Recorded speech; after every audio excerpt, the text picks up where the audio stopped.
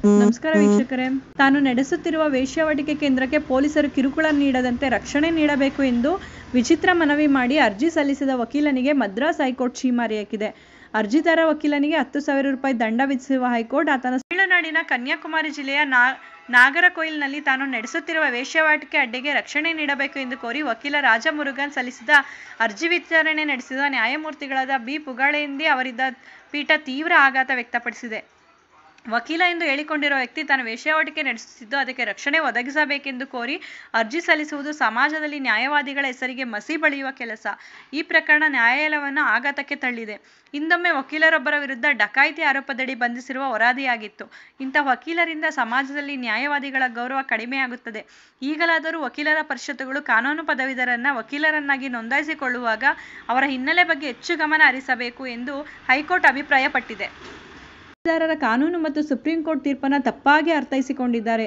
ಕಾನೂನುಗಳು ಲೈಂಗಿಕ ಕಾರ್ಯಕರ್ತರನ್ನು ರಕ್ಷಿಸುವ ಮತ್ತು ಪುನರ್ವಸತಿ ಕಲ್ಪಿಸುವ ಉದ್ದೇಶಗಳನ್ನು ಹೊಂದಿವೆಯೇ ವಿನಾ ವೇಶ್ಯಾವಾಟಿಕೆ ನಡೆಸುವುದು ಕಾನೂನುಬದ್ಧ ಎಂದು ಎಂದಿಗೂ ಹೇಳಿಲ್ಲ ಎಂದು ಹೈಕೋರ್ಟ್ ಸ್ಪಷ್ಟಪಡಿಸಿದೆ. ಅರ್ಜಿದಾರ ವಕೀಲ ರಾಜಮುರುಗನ್ ಫ್ರೆಂಡ್ ಫಾರ್ ಎವರ್ ಟ್ರಸ್ಟ್ ಎಂಬ ಸಂಸ್ಥೆ ಸ್ಥಾಪಿಸಿದ್ದು ಅದರ ಮೂಲಕ ತನ್ನ ಸದಸ್ಯರು ಹಾಗೂ ಗ್ರಾಹಕರಿಗೆ ಆಯಿಲ್ ಮಸಾಜ್ ಸೇರಿದಂತೆ ಇನ್ನಿತರ ಲೈಂಗಿಕ ಸೇವೆಗಳನ್ನು ಒದಗಿಸಲಾಗುತ್ತಿದೆ.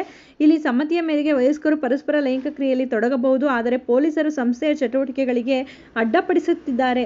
ಇತ್ತೀಚೆಗೆ ಸಂಸ್ಥೆ ಮೇಲೆ ದಾಳಿ ಮಾಡಿ ವೇಶ್ಯಾವಾಟಿಕೆ ನಡೆಸುತ್ತಿರುವ ಆರೋಪದ ಮೇಲೆ ತನ್ನ ವಿರುದ್ಧ ಅನೈತಿಕ ಮಾನವ ಕಳ್ಳಸಾಗಣೆ ಕಾಯ್ದೆ, ಫೋಕ್ಸೋ ಕಾಯ್ದೆ ಹಾಗೂ ಐಪಿಸಿಯ ವಿವಿಧ ಸೆಕ್ಷನ್ಗಳಲ್ಲಿ ಎಫ್ಐಆರ್ ದಾಖಲಿಸಿದ್ದಾರೆ. ಲೈಂಗಿಕ ಕಾರ್ಯಕರ್ತರನ್ನು ಘನತೆಯಿಂದ ನಡೆಸಿಕೊಳ್ಳಬೇಕು ಮತ್ತು ಸಮ್ಮತಿಯ ಸೆಕ್ಸ್ ವಿರುದ್ಧ ಕ್ರಮ ಕೈಗೊಳ್ಳಲಾಗುವುದು ಎಂದು ಬುದ್ಧದೇವ್ ಕರ್ಮಾಸ್ಕರ್ ವರ್ಸಸ್ ಪಶ್ಚಿಮ ಬಂಗಾಳ ಸರ್ಕಾರ ಪ್ರಕರಣದಲ್ಲಿ ಸುಪ್ರೀಂ ಕೋರ್ಟ್ ತೀರ್ಪು ನೀಡಿದೆ. ಹೀಗಾಗಿ ತನ್ನ ಸಂಸ್ಥೆಗೆ ಪೊಲೀಸರು ಯಾವುದೇ ತೊಂದರೆ ನೀಡದಂತೆ ರಕ್ಷಣೆ ನೀಡಬೇಕು ಹಾಗೂ ಸಂಸ್ಥೆಯ ಮೇಲೆ ದಾಳಿ ಮಾಡಿ ಅದರ ಕಾರ್ಯಚಟುವಟಿಕೆ ಸ್ಥಗಿತಗೊಳಿಸಿರುವುದಕ್ಕೆ 5 ಲಕ್ಷ ಪರಿಹಾರ ಕೊಡಿಸಬೇಕು ಎಂದು ಅರ್ಜಿದಾರ ಕೋರಿದ್ದ ಮತ್ತು ಪ್ರಕರಣ ತಾನೇ ಖುದ್ದಾಗಿ ವಾದಿಸಿದ್ದ. ತೀರ್ಪನ್ನು ತಪ್ಪಾಗಿ ಅರ್ಥ ಮಾಡಿಕೊಂಡಂಥ ವಕೀಲ ತಾನು ಮಾಡ್ತಾ ಇದ್ದಂಥ ಅನೈತಿಕ ಚಟುವಟಿಕೆಗಳಿಗೆ ಪೊಲೀಸರು ರಕ್ಷಣೆಯನ್ನು ನೀಡಬೇಕು ಅಂತೇಳಿ ಮತ್ತು ತನಗೆ ಇದರಿಂದ ತೊಂದರೆ ಆಗಿದೆ ಅದಕ್ಕೆ ಪರಿಹಾರವಾಗಿ 5 ಲಕ್ಷ ರೂಪಾಯಿಗಳನ್ನ ಕೊಡಿಸ್ಬೇಕು ಅಂತೇಳಿ ಕೇಸನ್ನು ದಾಖಲಿಸಿಕೊಂಡಿದ್ರು. ಅನೈತಿಕ ಸಂಚಾರ ತಡೆ ಕಾಯ್ದೆ ಏನಿದೆ ಇದರ ಉದ್ದೇಶ ಏನು ಅಂದರೆ ಕಾನೂನಿನಲ್ಲಿ ವೇಶ್ಯಾವಾಟಿಕೆಯಲ್ಲಿ ತೊಡಗಿರುವ ಸಂತ್ರಸ್ತೆಯರಿಗೆ ದಂಡ ವಿಧಿಸುವ ಯಾವುದೇ ನಿಯಮಗಳಿಲ್ಲ. ಬದಲಿಗೆ ಈ ವಾಣಿಜ್ಯ ಉದ್ದೇಶಗಳಿಂದ ಲೈಂಗಿಕ ಶೋಷಣೆಯನ್ನು ನಡೆಸುವುದು, ವೇಶ್ಯಾವಾಟಿಕೆಯಲ್ಲಿ ಮಹಿಳೆಯರನ್ನು ತೊಡಗಿಸಿ ಅದರಿಂದ ಹಣ ಗಳಿಸುವುದು, ಅಂತಹ ಸಂಪಾದನೆಯ ಮೇಲೆ ಜೀವನವನ್ನು ನಡೆಸ್ತಾ ಇರುವಂಥವ್ರಿಗೆ ಶಿಕ್ಷೆಯನ್ನು ನೀಡಬೇಕು ಅಂತೇಳಿ ಈ ಒಂದು ನಿಯಮವನ್ನು ಜಾರಿಗೆ ತರಲಾಗಿದೆ.